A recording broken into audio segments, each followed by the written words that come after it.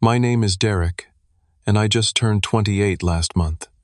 For 7 years, I poured my heart into the family construction business, believing that loyalty would eventually earn me a place at the table. But at my parents' 35th anniversary dinner, I learned the brutal truth about where I stood. When they announced a luxury Hawaiian vacation for the family and told me I wasn't invited, something finally broke inside me. Let me know where you're watching from, and hit that subscribe button as I share how I finally found the courage to walk away. Growing up as the middle child in the Anderson family was never easy. My father, Robert, built Anderson Construction from nothing, turning it into one of the most respected companies in our county. He was a self-made man who prided himself on his work ethic and business acumen. My mother, Diane, complemented his ambition with her social connections. She came from an upper-middle-class background and knew exactly how to navigate the social waters of our community. Together, they created a successful life and a powerful family image. At the top of our family hierarchy sat my older sister, Lauren. 3 years, my senior Lauren was the epitome of achievement. She had excelled in school, graduated top of her class from an Ivy League university, and became a corporate attorney by 25. Every family gathering featured some new accomplishment of hers. Another big case won, another prestigious client acquired. My parents displayed her law school diploma prominently in the living room, right above the fireplace where no visitor could miss it. Then there was my younger brother Ryan, the baby of the family at 24. What Ryan lacked in Lauren's academic prowess he made up for with natural charisma. He had the kind of magnetic personality that made people instantly like him. After a brief stint in college, he joined a real estate firm and quickly became their top seller. My father called him the natural, and often joked that Ryan could sell ice to Eskimos. His quick success without much effort only highlighted the stark contrast with my own journey. And then there was me stuck in the middle. I wasn't brilliant like Lauren or charming like Ryan. What I had was persistence, reliability, and loyalty, qualities that seemed increasingly undervalued in our family. After high school, I attended a state university and earned a degree in business management. Nothing fancy, but I graduated without debt thanks to working part-time throughout college. When I finished school, my father offered me a position in the family business. Every successful company needs workhorses, he told me on my first day. Lauren has the brains, Ryan has the personality, and you, Derek, you have the dependability. At the time, I took it as a compliment. 7 years later, I realized it was my job description. I was the family workhorse. My role at Anderson Construction began in the office handling paperwork, but I quickly took on additional responsibilities. I learned every aspect of the business from the ground up: accounting, project management, client relations, and even hands-on construction work when we were shorthanded. By my 3rd year, I was effectively running day-to-day operations, while my father focused on business development and strategic planning. Despite my growing responsibilities, my salary remained conspicuously lower than market rate. My father always had reasons. Times are tight. We need to reinvest in the business. Your living expenses are lower than your siblings. Meanwhile, Lauren received an expensive car for passing the bar exam, and Ryan got a significant startup bonus when he sold his first $1 million property. I lived in a modest 1-bedroom apartment about 20 minutes from my parents' suburban mansion. Every Sunday I joined them for family dinner, a tradition my mother insisted upon. These dinners followed a predictable pattern. Lauren would share her latest professional triumph. Ryan would entertain everyone with stories of his high-profile clients, and I would sit quietly as my contributions to the family business went unmentioned. Last Christmas, a particularly profitable year for Anderson Construction, my father announced bonuses for the family. Lauren, who did occasional legal work for the company, received $15,000. Ryan, who had referred 2 clients to us, got $10,000. I received a $1,000 gift card to a department store and a pat on the back. "You already get paid for your work, son," my father explained when he saw my face fall. "This is just a little extra for the holidays." Despite these disappointments, I remained hopeful. 6 months ago, my father mentioned the possibility of making me a partner in the business. "Keep up the good work, and we'll talk about a partnership when you hit your 30-year mark," he said. "Loyalty deserves to be rewarded eventually." That partnership would mean financial security, professional recognition, and finally a seat at the decision-making table. It became my light at the end of the tunnel. I worked longer hours, took on more responsibilities, and even started bringing in new clients. For the first time in years, I felt my efforts might actually lead somewhere. Then came my parents' 35th anniversary and the dinner that would change everything. The invitation to my parents' anniversary celebration arrived 3 weeks in advance, a cream-colored card with gold embossing that screamed my mother's taste for elegant extravagance. Black tie optional, it read. Though everyone in the family knew that optional in Diane Anderson's vocabulary meant absolutely required. The dinner would be held at Le Chateau, the most expensive French restaurant in town where the cheapest entree cost more than I typically spent on groceries for a week. Despite my perpetually tight budget, I was determined to get my parents something meaningful. I spent evenings after work visiting shops looking for the perfect gift.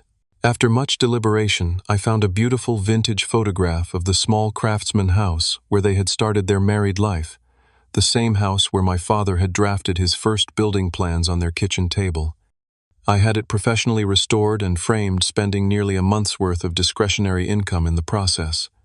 On the evening of the celebration, I dressed carefully in my only suit, a navy blue ensemble I reserved for client meetings and special occasions.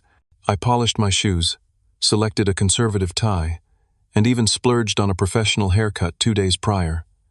Looking in the mirror, I felt a twinge of pride.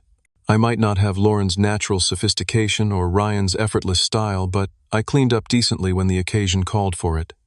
I arrived at the restaurant 30 minutes early, gift in hand.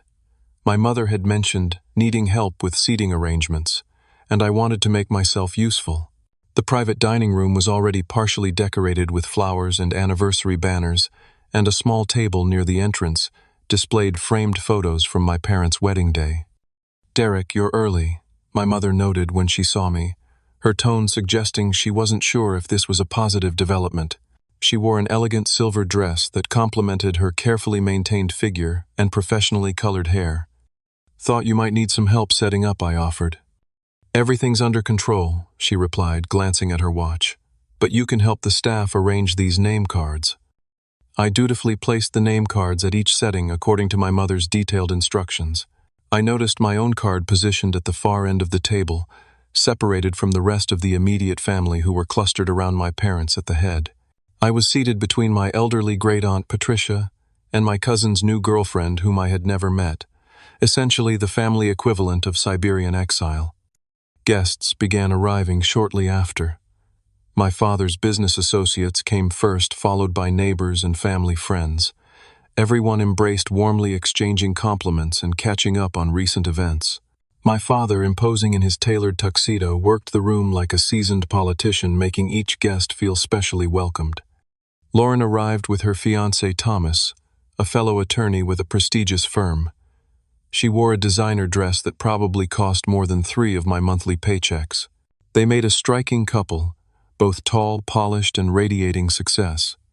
My parents immediately gravitated toward them, my mother kissing Lauren on both cheeks, while my father shook Thomas's hand enthusiastically. The firm just made her lead counsel on the Westridge merger. I overheard Thomas telling my father, who beamed with pride, youngest attorney to ever get such a position. Ryan arrived fashionably late with his girlfriend Sophia, a former model turned interior designer. He had the uncanny ability to make even formal wear look effortlessly cool. He embraced our parents warmly, presenting them with a small box that I later learned contained first-class tickets to a Broadway show for the following weekend. "Just a little pre-gift," he said with his trademark grin. "The real present comes later." My own greeting from my parents was considerably less enthusiastic. My mother gave me a quick peck on the cheek, careful not to smudge her makeup, while my father offered a perfunctory handshake. "Nice of you to come, son," he said, as though my attendance at this mandatory family function was somehow optional. As guests found their seats, I began to notice snippets of conversation about travel arrangements and accommodations. My Aunt Meredith mentioned something about beachfront views, while my cousin Jack asked Ryan about snorkeling locations. These comments struck me as odd, but I dismissed them as references to some past vacation. Throughout the appetizer course, a sense of anticipation seemed to build among certain family members. There were knowing smiles and cryptic comments about the big surprise. I felt increasingly uneasy, like everyone was in on a secret except me. "Have you finished the brochures yet?" I overheard my mother ask my father in a hushed tone. "All set," he replied. "Hidden under the dessert menus." By the time the main course arrived, my stomach was tied in knots, and it had nothing to do with the exquisitely prepared beef bourguignon on my plate. Something significant was happening, something that involved travel and planning, and somehow I had been left out of the loop entirely. I tried to engage with Great-Aunt Patricia beside me, but her hearing aid was malfunctioning, and most of our conversation consisted of me repeating myself at increasing volumes. On my other side, my cousin's girlfriend Jessica spent the entire meal texting under the table, occasionally looking up to offer a distracted smile. As I pushed food around my plate, I watched my family at the other end of the table. They were animated, joyful, connected. Lauren told a story that made my father throw his head back in laughter. Ryan refilled my mother's wine glass with a graceful gesture. They looked like a magazine spread depicting the perfect American family, except I was missing from the picture both literally and figuratively. The weight of my carefully wrapped gift felt increasingly heavy against my leg. I had been so proud of finding something meaningful, something that connected to their beginnings. Now I wondered if it would seem pitiful compared to whatever my siblings had given them. As the servers cleared the dinner plates, I caught my father checking his watch. He nodded subtly to my mother, who straightened in her seat with anticipation. Whatever announcement they had planned, the moment was approaching. And somehow, I already knew I wasn't going to like it. The servers brought out champagne for a toast as my father stood up, commanding the attention of everyone in the room. He cut an impressive figure at 6'3" tall and distinguished with salt and pepper hair and the confident posture of a man accustomed to being listened to.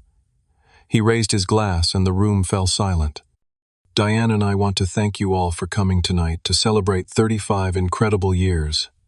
Together, he began, his voice warm with emotion. "When we started our journey together in that tiny house on Maple Street, we had nothing but big dreams and each other." My mother gazed up at him adoringly, her hand resting on his arm. They did make a striking couple after all these years. Through hard work and determination, we built not just a business but a family legacy. Nothing means more to us than the bonds we share with each other. Family is everything. It's what we work for, what we sacrifice for, what we live for. Murmurs of approval and affectionate smiles rippled through the audience. I nodded along, feeling a momentary connection to my father's words, despite our complicated relationship. To celebrate this milestone anniversary and the family we've created, Diane and I have a special announcement. His eyes crinkled with excitement. "Under your dessert menus, you'll find a little surprise." There was a flurry of movement as guests reached for the elegant dessert menus in front of them. I did the same, finding a glossy brochure underneath. The cover showed a stunning beachfront resort with palm trees and crystal-clear water. Bold letters across the top read, "Paradise awaits at Turtle Bay Resort, Hawaii." My father continued as everyone examined the brochures. "In exactly 1 month, we're treating our immediate family to a 2-week vacation at this 5-star resort on Oahu's North Shore. A chance to reconnect, celebrate our journey, and create new memories together." Excited gasps and congratulatory remarks filled the room. Lauren clapped her hands together like a delighted child, while Ryan high-fived Thomas across the table. My mother stood up beside my father, her face glowing with enthusiasm. "We've booked the presidential suite for Robert and myself, and luxury oceanfront rooms for Lauren and Thomas and Ryan and Sophia. The resort has a private beach, 5 gourmet restaurants, a world-class spa and golf course designed by Jack Nicklaus himself." As she detailed the amenities and activities they had planned, I flipped through the brochure with growing excitement. A family vacation was exactly what we needed. A chance to spend quality time together away from work pressures and daily routines. Maybe in a relaxed setting I could finally have meaningful conversations with my parents about my future in the company. "We'll be flying first class, of course," my mother added, "departing on the 15th at 10 in the morning." I looked up smiling. "That sounds amazing. Do we need to take any special vaccines for Hawaii? Or is it just standard precautions?" I asked already, mentally calculating how I would arrange coverage at work for a 2-week absence. The table suddenly went quiet. My father and mother exchanged a look I couldn't quite interpret. Then my father cleared his throat. "Derek," he said, his tone shifting to something cooler, more formal, "you're not part of this trip." The words hit me like a physical blow. I stared at him, certain I had misheard. What I managed to ask, my voice barely audible. My mother stepped in, her expression a practiced mask of polite regret. "This is a vacation for our real family, sweetheart. Lauren and Ryan have their significant others, and we want to spend quality time with the people who truly reflect our family values and success." I looked around the table, hoping someone would object to this blatant exclusion. Lauren avoided my gaze, suddenly very interested in her water glass. Ryan at least had the decency to look uncomfortable, though he remained silent. The other guests seemed to be experiencing various degrees of second-hand embarrassment, studying their brochures or glancing at each other awkwardly. "But I am family," I said, hating how small my voice sounded. "I'm your son." "Of course you are, technically," my father replied, with a dismissive wave of his hand. "But this trip is a celebration of achievement and connection. Lauren is making partner at her firm. Ryan just closed on his first commercial property. These are the kinds of accomplishments that honor our family legacy." "And what about my work?" I asked, a rare spark of anger, giving strength to my words. "I've been running your business operations for years." "You've been doing the job we pay you for," he corrected me, his tone hardening. "That's not an achievement, Derek. That's an employment arrangement." Lauren finally spoke up, though not in my defense. "Don't make this awkward, Derek. Mom and Dad want to celebrate with people who elevate the family name. It's their anniversary gift. They get to decide who comes." I felt heat rising in my face as 30 pairs of eyes watched this humiliation unfold. My uncle, Mike, my father's younger brother, shifted uncomfortably in his seat. "Robert," he said quietly, "maybe this conversation should happen privately." My father waved him off. "There's nothing to discuss. The arrangements are made. Now who's ready for dessert? The chef has prepared a special anniversary cake." Just like that, I was dismissed. My exclusion announced and then immediately brushed aside as if it were no more significant than a change in the weather forecast. The conversation around the table gradually resumed, though, with a new undercurrent of tension. My great-aunt Patricia, who had apparently turned her hearing aid back on at precisely the wrong moment, patted my hand sympathetically. "Don't worry, dear," she said in what she probably thought was a whisper, but was actually loud enough for half the table to hear. "They didn't invite me either. Too old to look good in their vacation photos, I suppose." I sat frozen, the beautifully wrapped gift, now feeling like a lead weight against my leg. Around me, servers appeared with elegant dessert plates and champagne refills. The celebration continued as if nothing had happened, as if my heart hadn't just been publicly shattered. For the remainder of the dinner, I existed in a strange, dissociative state. I watched myself go through the motions, small forkfuls of cake. I couldn't taste polite nods to conversations. I couldn't hear a manufactured smile that never reached my eyes. Inside, something fundamental was shifting, breaking, reforming. By the time the dinner concluded 2 hours later, I had made a decision that would change the course of my life forever. I remained at the table long after dessert had been served, mechanically lifting my fork to my mouth while tasting nothing. Around me, conversations flowed and laughter erupted, but it all seemed to be happening at a distance, as if I were watching the scene through thick glass. My parents moved around the room accepting congratulations both for their anniversary and their generous gift to the family that apparently didn't include me. The beautiful wrapped package containing my gift remained under my chair. What was the point of giving it now? My thoughtful present, highlighting their humble beginnings, seemed painfully ironic in light of their current values. Uncle Mike made his way to my end of the table, settling into an empty chair beside me. Unlike my father, Mike had chosen a different path in life. He ran a small, independent contracting business, making a modest but comfortable living without the wealth or status my father had accumulated. "That was harsh," he said quietly, keeping his eyes on the celebration across the room. "Your dad always did have a blind spot when it comes to you." I pushed my cake around the plate. "A blind spot implies he doesn't see me. I think he sees me perfectly clearly and finds me lacking. Mike shook his head. Success has warped his perspective. Money, status, achievements, those things weren't always what defined value in our family. Our father, your grandfather, measured a person by their character and reliability. Well, those qualities are clearly out of fashion now, I replied, unable to keep the bitterness from my voice. Don't let this define you, Derek. You're worth more than how they're treating you. Before I could respond, Lauren approached our end of the table. Uncle Mike excused himself with a supportive squeeze to my shoulder. My sister took his vacant seat, her expression, a mixture of annoyance and condescension. You need to pull yourself together, she said without preamble. You're making everyone uncomfortable with your pouting. I'm making people uncomfortable, I asked incredulously. Not Mom and Dad, who just publicly excluded their own son from a family vacation. Lauren sighed as if dealing with a difficult child. Look, you have to understand how these things work. Mom and Dad have certain standards and expectations. This trip is about celebrating success and showing off the best of the Anderson family. And I don't make the cut. You haven't exactly been setting the world on fire, have you? She countered. You work a mediocre job at Dad's company, live in a basic apartment, and have no significant other or achievements to speak of. What exactly would you bring to this vacation except awkwardness? Her words stung precisely because they reflected the family's warped values so perfectly. In their eyes, my loyalty, hard work, and dedication counted for nothing without the external trappings of success. That mediocre job involves running the company that pays for everyone's luxurious lifestyle, I said quietly, including yours. Lauren rolled her eyes. Please, Dad could replace you tomorrow with any business school graduate.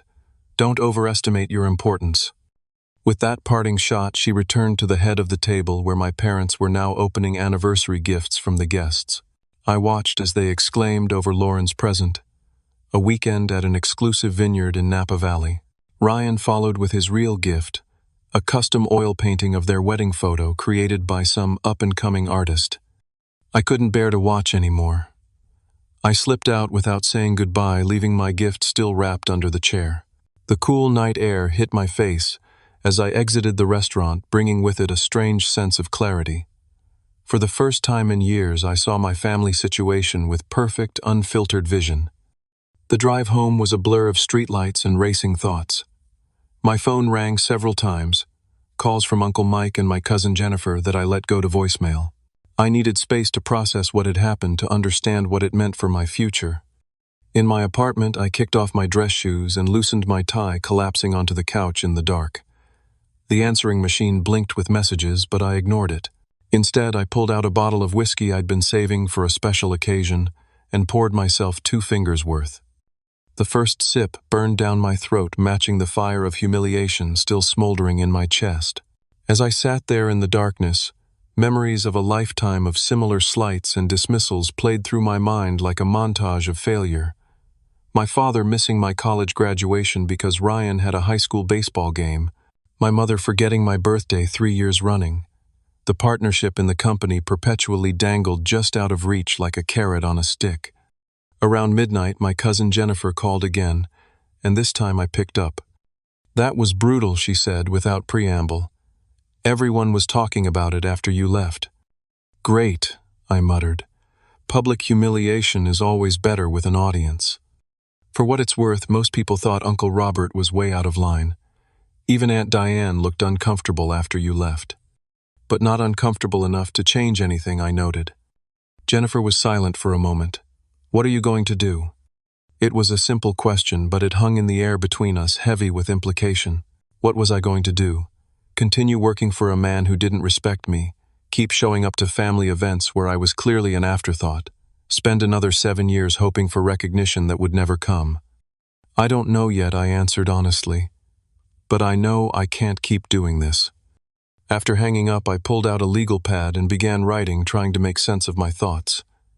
I listed every instance of favoritism, every broken promise, every moment of disrespect I could remember.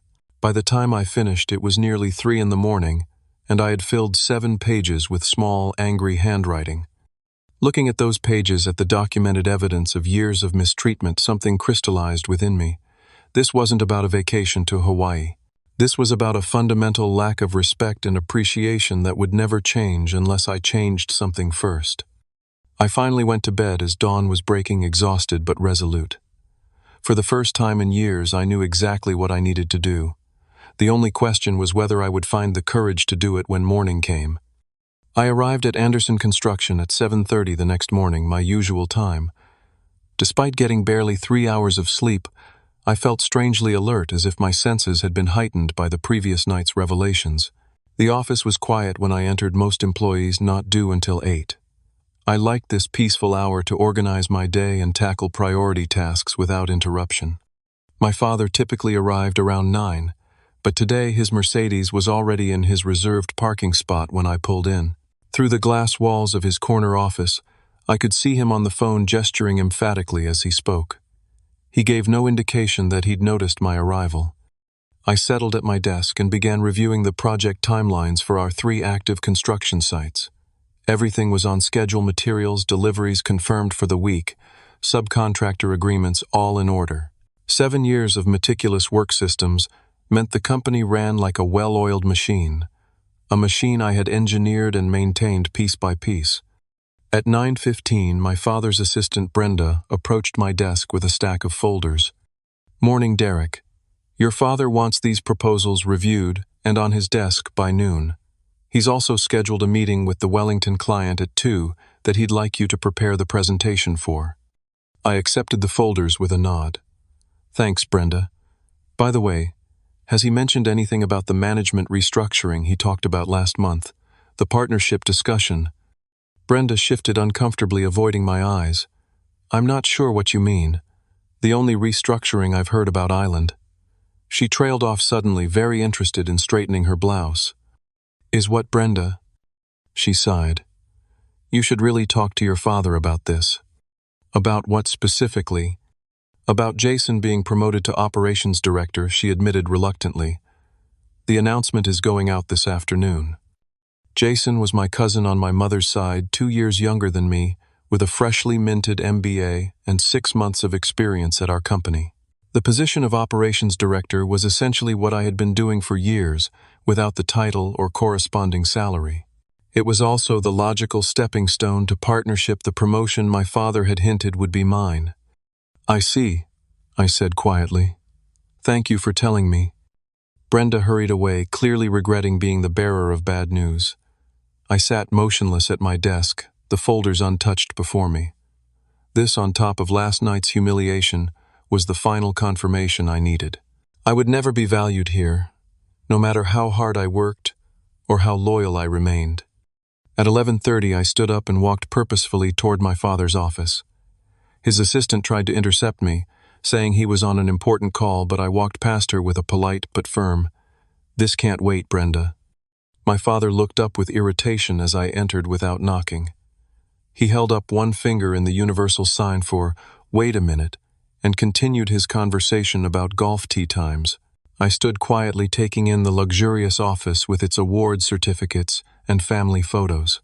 I noticed for the first time that while there were several pictures of Lauren in her graduation robes and Ryan with various sports trophies, there was not a single photo of me. Finally, he ended his call and looked at me expectantly. "This better be important, Derek. I have the Wexler call in 15 minutes. I hear Jason is being promoted to operations director," I said without preamble. My father had the grace to look momentarily uncomfortable before his expression hardened. "That's correct. The announcement goes out today. He's being groomed for eventual partnership. The partnership you suggested might be mine." He waved dismissively. "I said we would discuss it. After consideration, Jason is the better fit. His MBA gives him the theoretical foundation you lack, and frankly, his personality is better suited to client relations. I've been running operations for 5 years without the title or compensation," I pointed out. "I built the systems Jason will now take credit for. You've been doing your job, Derek. That's what we pay you for." My father leaned back in his chair, studying me. "Is that all you came in here for? To complain about a business decision that's already been made?" No, I replied, a strange calm settling over me. I came to give you my resignation effective immediately. For the first time in my adult life, I saw genuine surprise on my father's face. Don't be ridiculous. Where would you go? What would you do? I don't know yet, but I know I won't stay where I'm not valued. He scoffed. This is about the Hawaii trip, isn't it? You're having some sort of tantrum because you weren't invited on vacation. This is about 7 years of loyalty and hard work being treated as worthless. I corrected him. The vacation was just the most public example. You're being overly dramatic. Take the day off if you need to cool down, but this resignation talk is nonsense. You have responsibilities here. I placed my company key card and phone on his desk. Not anymore. You'll find all active projects are documented in the shared drive. Project managers have been briefed on timelines and deliverables. There should be minimal disruption during the transition. My father's face reddened. You can't just walk out. This is your family legacy. A legacy I'm apparently not good enough to be part of, I replied. Isn't that what you and Mom made clear last night? I'm not real family. That's not what we meant, and you know it. The vacation is for people who elevate the family name. I finished for him. I remember your exact words, Dad. They made your priorities crystal clear. He stood up, anger now replacing surprise. If you walk out that door, don't expect to walk back in. I won't tolerate this kind of emotional blackmail. It's not blackmail. It's self-respect, something I should have found years ago. I turned and walked out, feeling his glare on my back, but resisting the urge to look back. In the main office, several employees watched curiously as I went to my desk and began packing my few personal items into a cardboard box. News traveled fast in small companies, and I suspected Brenda had already spread word of my confrontation with the boss. Mark Thompson, our senior project manager who had been with the company for over 20 years, approached as I was emptying my desk drawer. So it's true, he asked quietly. You're leaving? I nodded. Time for a change. Mark glanced around to ensure no one was within earshot. For what it's worth, this place runs because of you, not despite you. Your father's making a mistake. His words offered a small measure of validation, but the decision was made. I finished packing my meager belongings, a coffee mug, a few reference books, a small plant I'd kept alive for 3 years. 7 years of my professional life fit into a single box. There was something both depressing and liberating about that fact. As I headed for the exit, several colleagues stopped me to shake my hand or offer surprised goodbyes. I maintained a professional demeanor, thanking them for their good wishes and promising to stay in touch. Inside, I was experiencing a whirlwind of emotions, fear about my uncertain future, anger at my family's treatment, but predominantly an overwhelming sense of relief. The weight I hadn't even realized I was carrying had suddenly lifted. Back at my apartment, I set the box from work on the kitchen counter and looked around at my modest living space. Everything in it had been selected with careful attention to my limited budget, furniture chosen for durability rather than style, appliances purchased on sale, decorations minimal and practical. For years I had lived as if in a holding pattern, waiting for the partnership that would finally allow me financial freedom. Now I faced a different kind of freedom, the terrifying liberty of having no plan at all. I spent the afternoon updating my resume and researching other construction management opportunities in the area. By evening, my phone was filled with missed calls and text messages, Tupelo, my mother wanting to discuss this foolishness, Ryan asking if I was having some kind of breakdown, Lauren lecturing me about professional suicide. I ignored them all. Instead, I called the one family member who might understand. Uncle Mike answered on the second ring. I heard what happened, he said immediately. Word travels fast when someone finally stands up to Robert Anderson. I quit without another job lined up, I admitted. Probably not my smartest move. Sometimes the right move isn't the smart one, Mike replied. What's your plan now? I honestly don't know. Start looking for positions with other construction firms, I guess. There was a pause before Mike spoke again. I might have a proposition for you. My company just landed the Riverside renovation project. It's small compared to what you're used to, but I could use someone with your experience to help manage it. pay wouldn't match what you were making, at least not initially. Are you offering me a job? More like a temporary collaboration while you figure out your next move. No pressure either way. I felt a surge of gratitude for this unexpected lifeline. I'd be honored to work with you, Uncle Mike. Thank you. Don't thank me yet. The work is hard and the budget is tight, but at least you'll be appreciated for what you bring to the table. After hanging up, I felt a new sense of purpose emerging from the chaos of the day. I had options, skills, and at least one family member who saw my worth. It wasn't much, but it was a starting point.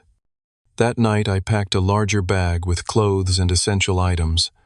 I couldn't stay in this apartment, not with its proximity to my parents' home and the family business. I needed physical distance to match the emotional boundary I'd finally established. I made arrangements to stay at an extended stay hotel across town near Uncle Mike's office. As I locked my apartment door, leaving most of my possessions behind, I felt like I was closing a chapter of my life that had gone on far too long. The future was uncertain, but for the first time in years it felt like it truly belonged to me. The lakeside extended stay was nothing like the luxury Hawaiian resort my family would soon be enjoying, but it served its purpose. A clean room, functional kitchenette, and most importantly, distance from my old life. I paid for 2 weeks up front, figuring that would give me time to sort out more permanent arrangements. My first day at Uncle Mike's contracting business was an education in humility. Anderson Construction occupied a gleaming 3-story building with marble floors and a receptionist who doubled as a barista. Mike's operation, by contrast, consisted of a modest office attached to a warehouse with a small team of dedicated employees who all wore multiple hats. It's not fancy, Mike acknowledged as he showed me around, but we do honest work at fair prices and everyone gets treated with respect. The Riverside project involved renovating a historic building downtown into mixed-use retail and office space. The budget was tight, the timeline aggressive, and the client particular about preserving original architectural elements. It was exactly the kind of complex, detail-oriented project I excelled at managing. I threw myself into the work, grateful for the distraction from my personal turmoil. To my surprise, Mike introduced me to the client as a construction management specialist and gave me significant authority over project decisions. It was more responsibility than my father had ever entrusted to me, despite my years of proven competence. "Why are you giving me this much control?" I asked Mike after the client meeting. "You barely know my work." "I know enough," he replied simply. "Robert may be blind to your talents, but the rest of the family isn't.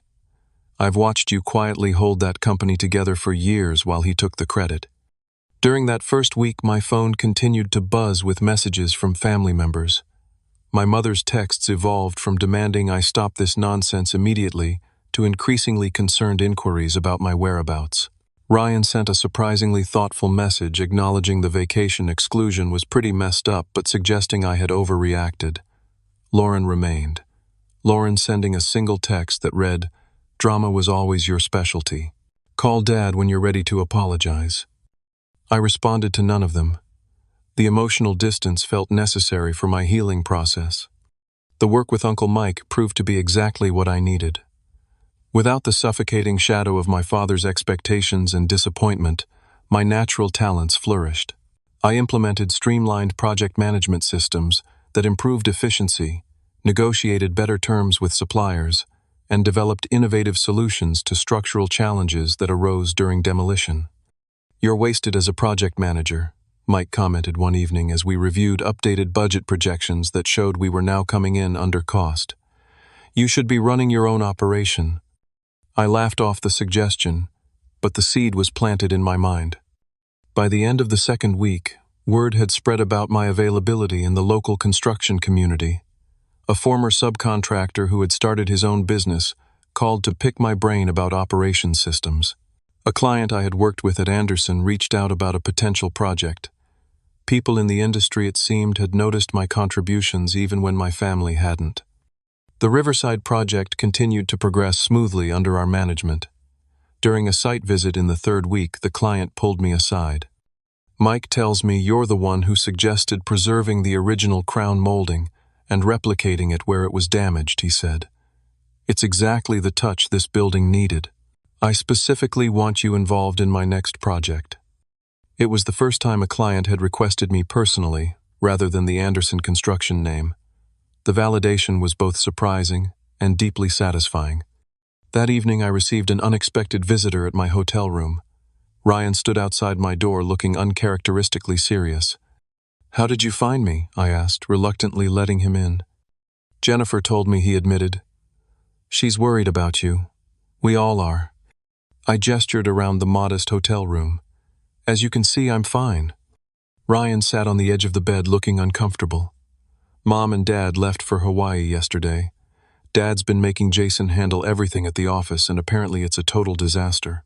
3 clients have already called asking specifically for you."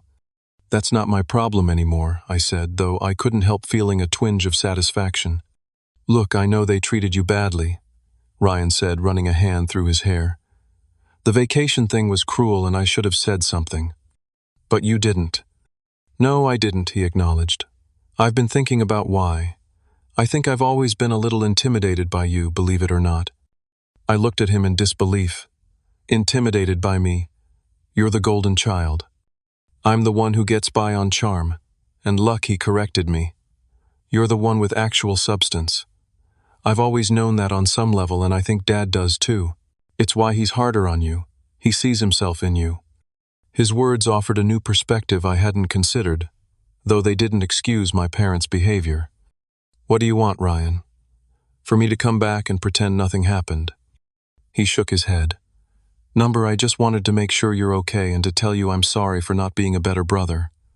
Whatever you decide to do next, I'd like to be supportive."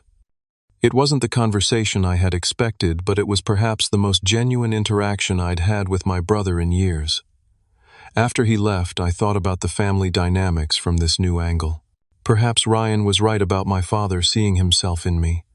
The difference was that my grandfather had apparently supported and encouraged my father's drive, while my father had systematically undermined mine. The following week brought another surprise. Uncle Mike called me into his office and closed the door. "I've been thinking about succession planning," he said without preamble. "I'm 60 next year, and while I'm not ready to retire yet, I need to start considering the future of this company." I nodded, unsure where he was going with this. "You've impressed me, Derek. More importantly, you've impressed our clients and staff.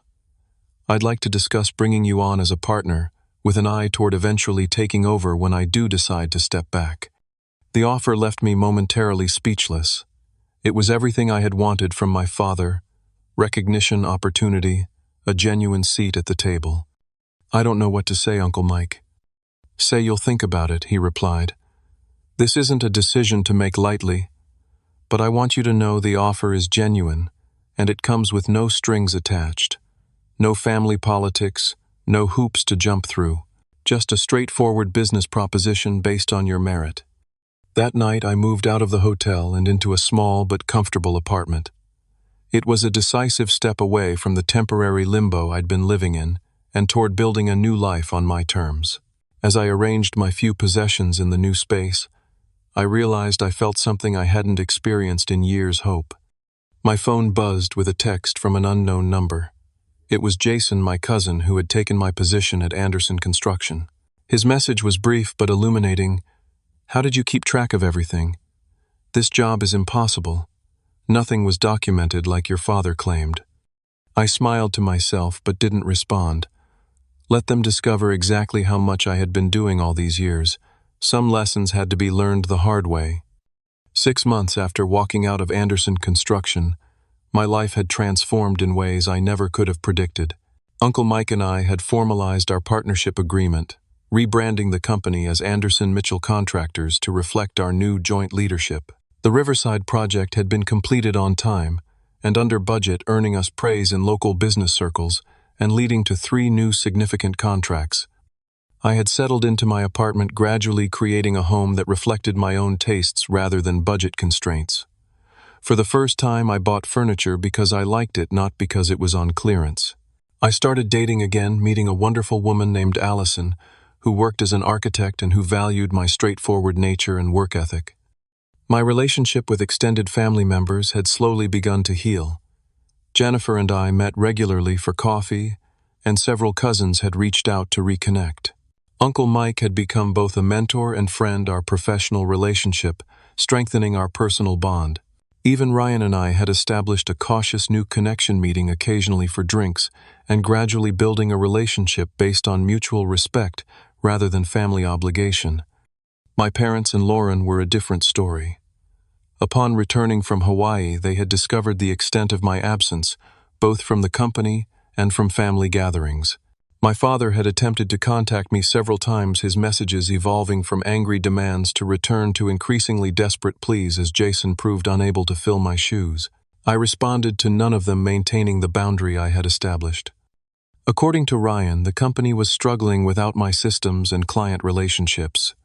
3 major clients had followed me to Anderson Mitchell, and others were considering making the switch.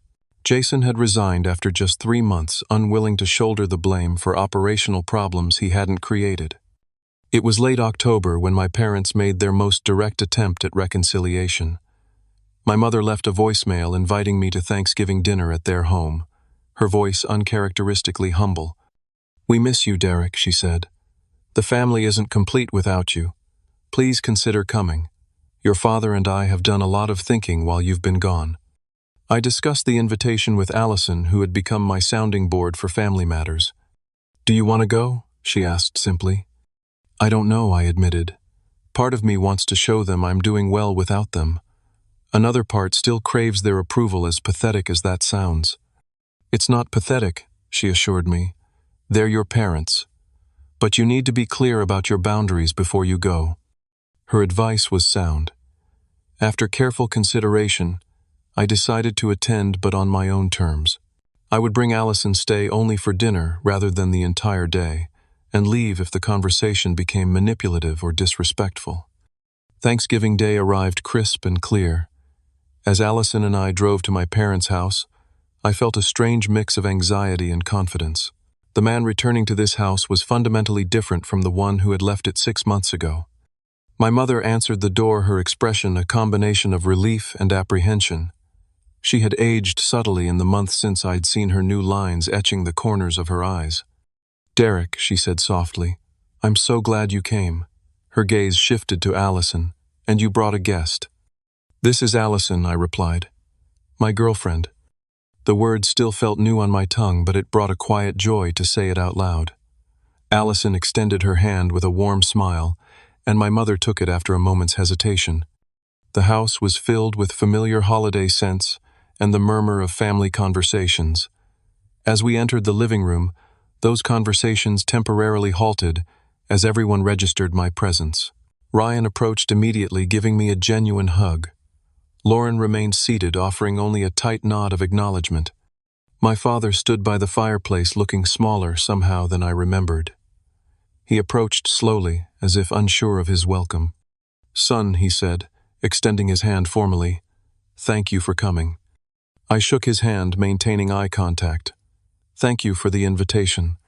The tension in the room was palpable, everyone watching our interaction like spectators at a sporting event. Allison squeezed my arm supportively. Dinner was a surprisingly subdued affair. My mother had prepared all the traditional dishes, and the conversation remained carefully neutral: weather, sports, innocuous community news. It wasn't until dessert was served that my father finally broached the subject of my absence. "Your mother and I have been doing some reflection," he began, setting down his fork. "About the company, about the family, about how we've treated you over the years." I waited, saying nothing. "I've always pushed you harder than your siblings," he continued. "I told myself it was because I saw potential in you, but the truth is more complicated." He paused, seeming to struggle with his words. "I saw myself in you. The parts of myself I've always been most insecure about. The steady, reliable parts that don't draw attention or acclaim." It was perhaps the most honest thing my father had ever said to me. "I built Anderson Construction to prove my worth to the world," he continued. "But somewhere along the way I started valuing flash over substance. I rewarded Lauren and Ryan for qualities that brought prestige to the family name, while taking your contributions for granted." My mother reached for his hand. "We both did," she added quietly. "We've realized how wrong we were, especially since you've been gone." I looked at them across the table, these people who had shaped me in both positive and negative ways. I needed to leave to find my own worth, I said finally, to discover who I am outside of your expectations and disappointments. And who are you? My father asked, a genuine question rather than a challenge. I'm a skilled construction manager who values honesty, hard work, and treating people with respect. I'm a partner in a growing company built on those principles. I'm someone who finally understands that I deserve to be valued for who I am, not who others want me to be. Lauren, who had been silent throughout this exchange, finally spoke. So you're never coming back to Anderson Construction after all Dad did for you. I turned to her, no longer intimidated by her judgment. I'm building something of my own now. And for the record, I gave far more to Anderson Construction than I ever received in return. My father nodded slowly. He's right, Lauren. The company has been in chaos without him. 3 project managers can't replace what Derek did single-handedly. It was the validation I had sought for years, but strangely, I found I no longer needed it as desperately as I once had. My sense of worth now came from within, reinforced by the respect I'd earned from clients, colleagues, and my new partner. I'm not coming back, I confirmed, but I am open to rebuilding our family relationship on new terms, terms that include mutual respect.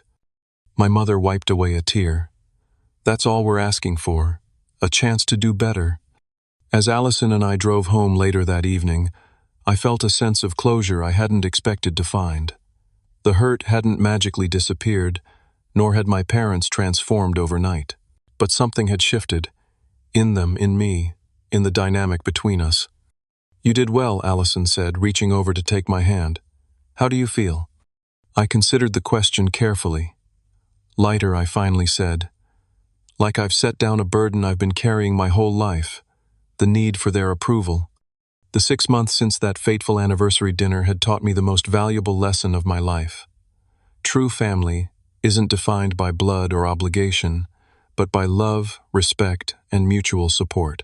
I had found that family in unexpected places, with Uncle Mike, with Allison, with colleagues who valued my contributions, and even with those blood relatives who had made the effort to see me clearly.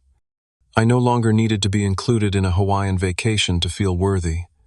I had built something more valuable, a life that reflected my own values rather than someone else's expectations. For anyone out there struggling with family dynamics that make you feel less than, remember that your worth isn't determined by those who fail to see it. Sometimes the bravest thing you can do is walk away and build a life that honors who you truly are. Have you ever had to make a difficult choice between family obligation and self-respect? Leave a comment below sharing your experience. And if this story resonated with you, please like, subscribe, and share with someone who might need to hear it. Thank you for listening to my journey, and remember, you deserve to be valued for exactly who you are.